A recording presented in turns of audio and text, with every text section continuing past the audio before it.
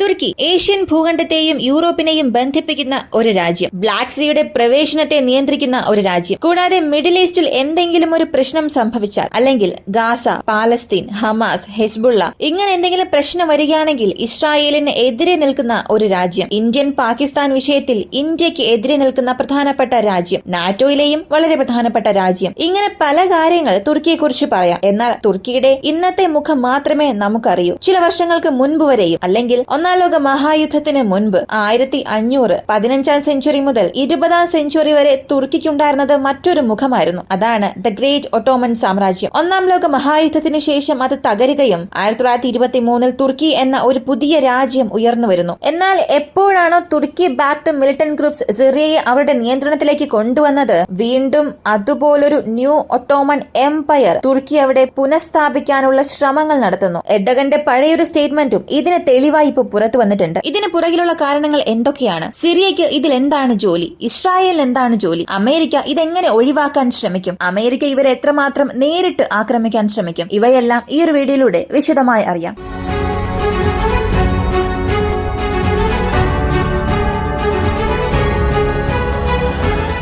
Syria, തുർക്കി, America, Israel, Lebanon ഇവരെ കുറിച്ചൊക്കെ പറയുമ്പോൾ എല്ലാവർക്കും ഒരേ ഒരു കാര്യമാണ് ഓർമ്മ വരിക. സിറിയയിൽ സിവിൽ വാർ നടന്ന് അവസാനിച്ചു. ഇസ്രായേലിനും ഗാസയ്ക്കും ഇടയിൽ ഇപ്പോഴും ഒരു യുദ്ധം പോയിക്കൊണ്ടിരിക്കുന്നു. അമേരിക്ക സിറിയയ്ക്കുള്ളിലുണ്ട്. ഇതിനിടയിൽ റഷ്യ സിറിയ വിട്ട് പുറത്തേക്ക് പോകാൻ തുടങ്ങി. ഇവയ്ക്കെല്ലാം പൊതുവേയുള്ള ഒരു പേര് തുർക്കിയാണ്. ഈ ഒറ്റ പേര് മാത്രമാണ് ഈ എല്ലാ പ്രശ്നങ്ങളിലും പൊതുവെയുള്ളത്. തുർക്കിയെ സംബന്ധിച്ചിടത്തോളം ജിയോ പൊളിറ്റിക്സിൽ ഒരു പ്രധാനപ്പെട്ട പങ്ക് വഹിക്കുന്നു. ഏഷ്യൻ ഭൂഖണ്ഡത്തിൽ ഇവർക്ക് ഒരു വലിയ പങ്കാളിത്തമൊന്നും ഇല്ല, അല്ലെങ്കിൽ ഏഷ്യൻ രാഷ്ട്രീയത്തിൽ ഇവർക്ക് വലിയ കാര്യമൊന്നും ഇല്ലെങ്കിലും മിഡിൽ ഈസ്റ്റ്, മെഡിറ്ററേനിയൻ കടൽ മേഖല, റഷ്യ ഉക്രൈൻ യുദ്ധം ഇവയൊക്കെ വരുമ്പോൾ ഇവർക്കായിട്ടുള്ള റോൾ അധികമാണ്. ഇവർക്ക് ഏഷ്യയിലുള്ള ഒരു പ്രധാനപ്പെട്ട താല്പര്യം ഇന്ത്യ, പാകിസ്ഥാൻ മാത്രമാണ്. അതിലും 99.9% ഇവർ ഇന്ത്യക്ക് അനുകൂലമായി നിന്നിട്ടേയില്ല. ഇന്ത്യക്കും തുർക്കിക്കും ഇടയിൽ പ്രധാനപ്പെട്ട പ്രതിരോധ കരാറുകളുമൊന്നുമില്ല. തുർക്കിയിൽ ഭൂചലനം ഉണ്ടായപ്പോൾ ഇന്ത്യ അവർക്കൊരു വലിയ സപ്പോർട്ടായി പോയി. എന്നാൽ അടുത്ത ചില ദിവസത്തിൽ കാശ്മീർ പ്രശ്നം UN സഭയിലേക്ക് തിരികെ വന്നപ്പോൾ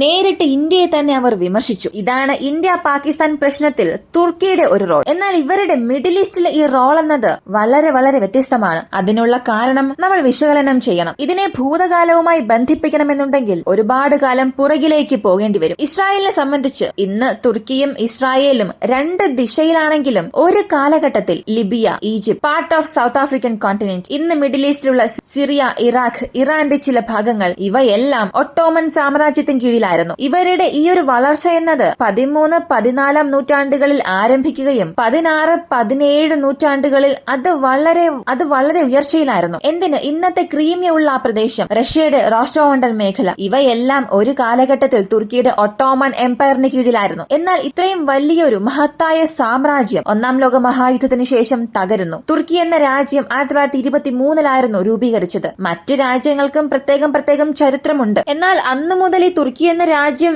രൂപപ്പെട്ടെങ്കിലും ഇന്ന് വരെയും അവർക്കുള്ള ഒരു ലക്ഷ്യം എന്താണെന്ന് അറിയണ്ടേ? എങ്ങനെയെങ്കിലും ഒട്ടോമൻ എംപയർ തിരികെ കൊണ്ടുവരിക. ഇവിടെ ഒരു രാജ്യം മറ്റൊരു രാജ്യത്തെ നിയന്ത്രിക്കണമെന്നുണ്ടെങ്കിൽ രണ്ട് വഴിയാണുള്ളത്. ഒന്നാമത്തേത് നേരിട്ട് നിയന്ത്രിക്കണം. ഇപ്പോ റഷ്യ ഉക്രൈൻ യുദ്ധം സംഭവിക്കുന്നത് പോലെ അവരുടെ നിയന്ത്രണത്തിലേക്ക് ഇവരെ കൊണ്ടുവരികയും ഫിസിക്കലായി അവരുടെ പ്രദേശങ്ങളെ നിയന്ത്രിക്കണം. അതല്ല എങ്കിൽ മറ്റ് രാജ്യങ്ങൾക്കിടയിൽ നടക്കുന്നത് പോലെ, അതായത് അമേരിക്ക യൂറോപ്യൻ യൂണിയനെ അവരുടെ നിയന്ത്രണത്തിൽ വെച്ചിരിക്കുകയാണ്. അല്ലെങ്കിൽ നാറ്റോയിലുള്ള 32 രാജ്യങ്ങളെയും അവർ നിയന്ത്രണത്തിലാക്കിയിട്ടുണ്ട്. ഇവർ എന്താണോ പറയുന്നത് അത് തന്നെയായിരിക്കണം അവർ ചെയ്യേണ്ടത്. അതായത് ഇൻഡയറക്റ്റായി ആ രാജ്യങ്ങളെ നിയന്ത്രിച്ച് ഇവരുടെ ഐഡിയോളജിസം അവർ വഴി സ്പ്രെഡ് ചെയ്യുക. ഇങ്ങനെ രണ്ട് ഓപ്ഷനാണ്. ഇപ്പോ തുർക്കി ഈ രണ്ടാമത്തെ ഓപ്ഷനാണ് എടുക്കുന്നത്. നമുക്ക് നേരിട്ട് അവരെ നിയന്ത്രിക്കാൻ കഴിയില്ല എന്നുണ്ടെങ്കിലും ഒരു സൈക്കോളജിക്കലായി അല്ലെങ്കിൽ ഇൻഡയറക്റ്റായി നമ്മുടെ കൺട്രോളിലേക്ക് കൊണ്ടുവരണം. സിറിയയിൽ നടന്ന പ്രശ്നം തന്നെ ഇതിന് വലിയൊരു ഉദാഹരണമായിരുന്നു. 2016 തുർക്കി പ്രസിഡന്റ് എർഡഗൻ ഒരു മീറ്റിംഗിൽ സംസാരിച്ചു. അദ്ദേഹം പറഞ്ഞൊരു കാര്യം, ന്യൂ ഒട്ടോമൻ സാമ്രാജ്യത്തെ കുറിച്ച് ഒരു കാര്യം പറഞ്ഞു. അതിന്റെ ക്ലിപ്പ് ഞാൻ താഴെ നൽകുന്നുണ്ട്. നമ്മുടെ വീഡിയോയിൽ അത് നൽകാൻ കഴിയില്ല, ഒരുപാട് കോപ്പിറൈറ്റ് ഇഷ്യൂസ് ഉണ്ട്. അപ്പോൾ ക്ലിപ്പും അത് സംബന്ധിക്കുന്ന ആർട്ടിക്കിൾ ലിങ്കും താഴെ കൊടുക്കുന്നുണ്ട്, നിങ്ങൾക്കത് പരിശോധിക്കാം. അതിൽ അദ്ദേഹം പറഞ്ഞത്, ചരിത്രത്തിൽ നമുക്ക് പ്രധാനപ്പെട്ട ഒരു സ്ഥാനമുണ്ട്. അത് ആരെക്കൊണ്ടും നിഷേധിക്കാനാകില്ല, മറച്ചുവെക്കാനുമാകില്ല. നമ്മുടെ പഴയ അഭിമാനം നമുക്ക് തിരികെ കൊണ്ടുവരണം. നമ്മുടെ ഐഡിയോളജി, നമ്മുടെ പ്രദേശം ഇവയെല്ലാം നമുക്ക് സ്വന്തമാണ്. അത് എന്നായാലും നമ്മിലേക്ക് യുദ്ധത്തിലേക്ക് തന്നെ വന്ന് ചേരും. ഇങ്ങനെ ഒരു ചെറിയ ഒരു സൂചന നൽകി. ഇപ്പോൾ നടന്നവസാനിച്ച സിറിയൻ സിവിൽ വാർ അല്ലെങ്കിൽ ലിബിയയിൽ നടന്ന പ്രശ്നം ഇവയിലെല്ലാം ഇത് തന്നെയായിരുന്നു പ്രതിഫലിച്ചത്. അതിനുള്ള കാരണം ആദ്യം ലിബിയയിൽ നിന്ന് ആരംഭിക്കാം. ലിബിയയിൽ സിവിൽ വാർ സംഭവിച്ചു. ലിബിയയെ സംബന്ധിച്ചിടത്തോളം ഇന്ന് അവർ ഒറ്റയ്ക്കുള്ളതുപോലെ തോന്നാം. എന്നാൽ ഈ മെഡിറ്ററേനിയൻ കടൽഭാഗം വഴി നേരിട്ട് ഇവർക്കും തുർക്കിക്കും ഒരു വലിയ കണക്ഷൻ ഉണ്ടാകേണ്ടതായിരുന്നു. അതാണ് തുർക്കിയുടെയും ലക്ഷ്യം. എങ്കിൽ മാത്രമേ ലിബിയയെ അടിസ്ഥാനമാക്കി മെഡിറ്ററേനിയൻ കടൽ പ്രദേശത്ത് സംഭവിക്കുന്ന മുഴുവൻ വാണിജ്യത്തെയും ഇവരെ കൊണ്ട് നിരീക്ഷിക്കാൻ സാധിക്കൂ. അതിനുള്ള കാരണം ലിബിയയിൽ ഈ സിവിൽ വാർ ഉണ്ടായതിനു ശേഷം ഇപ്പോൾ സിറിയയിൽ എങ്ങനെ ഒരു പ്രശ്നമാണോ ഉണ്ടായത് അതുപോലെ തന്നെ റഷ്യ എതിർദിശയിൽ നിൽക്കുകയും തുർക്കി മറ്റൊരു വശത്ത് നിൽക്കുന്നു. ഈ രണ്ട് വിഭാഗത്തിനും ഇടയിൽ ഒരു ഹെവി ക്ലാഷ് സംഭവിച്ചു. ഈ സമയത്താണ് ലിബിയയുമായി ചേർന്ന് തുർക്കി ഒരു വലിയ പദ്ധതി കൊണ്ടുവരുന്നു. ഈ രണ്ട് രാജ്യങ്ങൾക്കും ഇടയിൽ തുർക്കി ലിബിയ എക്കണോമിക് കോറിഡോർ, അതായത് ഈ രണ്ട് രാജ്യങ്ങൾക്കും ഇടയിലുള്ള കടൽ പ്രദേശം, ഇതിൽ ഗ്രീസിന്റെ കടൽ പ്രദേശം കുറച്ചുണ്ട്. ഈ രണ്ട് കടൽ പ്രദേശത്തെയും ചേർത്ത് വെച്ച് ഇതിനിടയിലുള്ള പ്രകൃതി വിഭവങ്ങൾ എടുക്കുക, അത് രണ്ട് രാജ്യങ്ങൾക്കും ഷെയർ ചെയ്യുക, ഗ്യാസ് പൈപ്പ് ലൈൻ വഴി തുർക്കിയിൽ നിന്നും പ്രകൃതി വാതകങ്ങൾ ഈ രാജ്യത്തിന് നൽകുക. ഇങ്ങനെ ഒരു $multi-billion പ്രോജക്റ്റായി തുർക്കി ഇത് കൊണ്ടുവരണമെന്ന് ചിന്തിച്ചു. എന്നാൽ ഇതിൽ വലിയൊരു പ്രശ്നം എവിടെ സംഭവിച്ചുവെന്ന് അറിയണ്ടേ?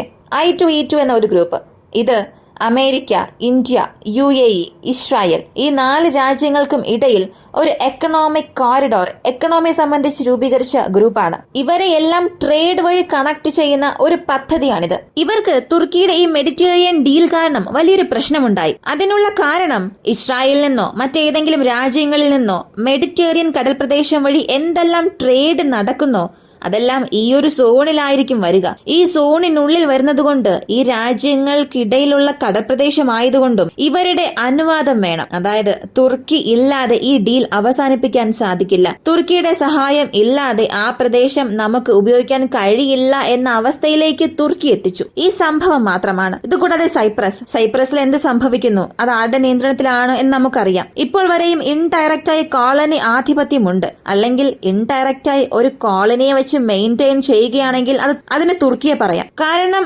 സൈപ്രസിലുള്ള നോർത്തേൺ പ്രദേശങ്ങൾ TRNC എന്ന് പറയുന്ന Turkish republic of northern Cyprus, ഇവരാണ് ഇത് നിയന്ത്രിക്കുന്നത്. ഇതിനെ ഒരു ഇൻഡിപെൻഡന്റ് സ്റ്റേറ്റ് ആയി അറിയിച്ച് അതിന് ഒരു അംഗീകാരം നൽകിയത് തുർക്കി മാത്രമാണ്. മറ്റ് ഏതൊരു രാജ്യവും അത് റെക്കഗ്നൈസ് ചെയ്തിട്ടേയില്ല. ഇപ്പോ വരെയും ഒരു ഒക്കുപ്പൈഡ് ടെറിട്ടറി ആയിട്ടാണ് അതുള്ളത്. അപ്പൊ ഇന്ന് വരെയും തുർക്കി അങ്ങനെ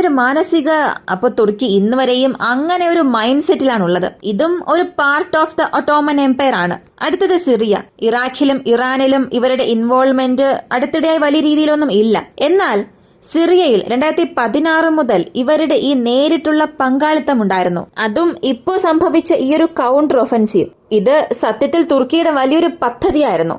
ഇതിൽ അമേരിക്കയും വിജയിച്ചില്ല, ഇസ്രായേലും വിജയിച്ചില്ല, റഷ്യയും വിജയിച്ചിട്ടില്ല. ഇതിലെ റിയൽ ഗെയിം ചേഞ്ചർ, യഥാർത്ഥ വിജയി തുർക്കിയാണ്. കാരണം ഒട്ടോമൻ എംപയറിൽ സിറിയ എന്നത് ഒരു പ്രധാനപ്പെട്ട രാജ്യമാണ്. കൂടാതെ സിറിയയ്ക്കുള്ളിൽ ഖുർദിഷ് പോരാളികൾ ഒരുപാടുണ്ട്. SDFനെ സംബന്ധിച്ച് നേരിട്ട് ഈ ഖുർദിഷ് വർക്കേഴ്സ് പാർട്ടിക്ക് സപ്പോർട്ട് കൊടുക്കുന്ന വ്യക്തികളാണ്. അവരെ കൊണ്ട് തുർക്കിക്ക് ഒരുപാട് പ്രശ്നമുള്ളപ്പോൾ ഇതിനുവേണ്ടി മാത്രമാണ് തുർക്കി അകത്തേക്ക് വന്നത്. ഈ SDFനെ നിയന്ത്രിക്കാനും സിറിയൻ നാഷണൽ ആർമിയെ കൺട്രോൾ ചെയ്യാൻ വേണ്ടിയാണ് തുർക്കി അകത്തേക്ക് വന്നത്. എന്നാൽ ഇതുമാത്രമല്ല കാരണം. ഇപ്പോൾ സിറിയയിൽ ഒരു ഭരണമാറ്റം സംഭവിക്കുകയാണെങ്കിൽ അത് നേരിട്ട് തുർക്കിയുടെ ഭരണത്തിൽ മാറ്റം വരുത്തും. ഇപ്പോ ഇത് തന്നെയാണ് സംഭവിക്കുന്നതും. കാരണം ഇസ്രായേലിനും തുർക്കിക്കും ഇടയിൽ എപ്പോ വേണമെങ്കിലും പ്രശ്നം വരാം. ഇസ്രായേലിന്റെ സൈന്യം 7 മുതൽ 13 കിലോമീറ്റർ അകത്തേക്ക് വരുമ്പോൾ മറ്റ് മാർഗമില്ലാതെ തുർക്കിക്ക് അവരെ റെസിസ്റ്റ് ചെയ്തേ മതിയാകൂ. അങ്ങനെ റെസിസ്റ്റ് ചെയ്യുമ്പോൾ അവിടെ തുർക്കി ബാക്ക്ഡ് ഗ്രൂപ്പ്സിനും ഇസ്രായേലിനും ഇടയിൽ സംഭവിക്കുന്ന ആ പ്രശ്നം, ഈ രണ്ട് വിഭാഗങ്ങൾക്കും ഇടയിലുള്ള ഈ ഒരു പ്രശ്നം ഒരു യുദ്ധത്തിലേക്ക് തന്നെ കൊണ്ടുപോകും.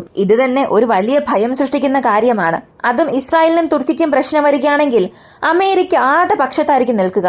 ഇസ്രായേൽ ഒരു ക്ലോസസ്റ്റ് അലയാണ്.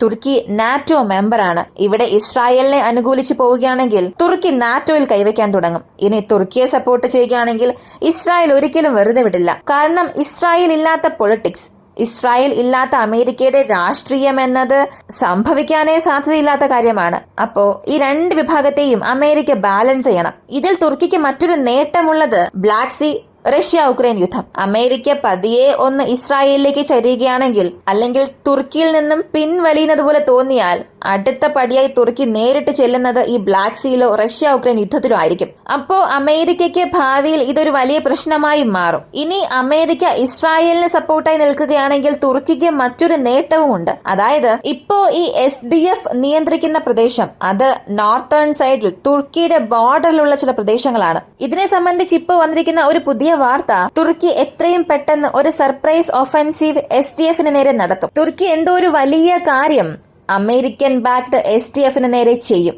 അമേരിക്കയെ സംബന്ധിച്ച് അവർക്ക് ഇതിനകം തന്നെ പ്രസിഡന്റ് ഇലക്ഷൻ നടന്ന് അവസാനിച്ചു. അപ്പോൾ ട്രംപ് ഓഫീസിലേക്ക് വരുന്നതിന് മുൻപ് റഷ്യ എങ്ങനെയാണോ ലാൻഡ് ഗെയിൻ ചെയ്യാൻ തുടങ്ങിയത്, അതുപോലെ തുർക്കിയും ഇവിടെ ചെയ്യാൻ തുടങ്ങും. ട്രംപ് ഭരണത്തിൽ വന്നാൽ ഇവയെല്ലാം അവസാനിക്കും. അപ്പോൾ ട്രംപ് ഭരണത്തിൽ വരുന്നതിന് മുൻപ് ഇവരെ ഈ തുർക്കി ബോർഡർ വിട്ട്, അതായത് SDFനെ എത്രത്തോളം പിന്നിലേക്ക് കൊണ്ടുവരുമോ അത് തുർക്കിക്ക് അനുകൂലമായി തന്നെ മാറും. അങ്ങനെ തുർക്കിക്ക് അനുകൂലമായി മാറുകയാണെങ്കിൽ അവർ തീവ്രവാദികൾ എന്ന് വിളിക്കുന്ന SDF ആയാലും അല്ലെങ്കിൽ ഖുർദിഷ് പോരാളികളായാലും ഇവരെ എല്ലാവരും ബോർഡറിൽ നിന്ന് മാറ്റി നിർത്താൻ സാധിക്കും. നേരിട്ട് സിറിയയെ ഇവരുടെ നിയന്ത്രണത്തിലേക്ക് കൊണ്ടുവരിക എന്നത് മാത്രം അല്ല, ഇവർ ആരെയാണോ അടിച്ചമർത്താൻ ആഗ്രഹിക്കുന്നത് അവരെ അവരുടെ നിയന്ത്രണത്തിൽ വയ്ക്കാനും സാധിക്കും. അതായത് ഇൻഡയറക്റ്റായി ഒരു ഒട്ടോമൻ എംപയർ അവിടെ പുനഃസ്ഥാപിക്കാൻ കഴിയും. ഇതാണ് തുർക്കിയുടെ പ്രധാനപ്പെട്ട ലക്ഷ്യം. സൈക്കോളജിക്കലായി അവരത് ചെയ്തുകൊണ്ടിരിക്കുകയാണ്. എന്നാൽ ഇതിൽ വലിയൊരു പ്രശ്നമായി വന്നത് ഇസ്രായേലാണ്.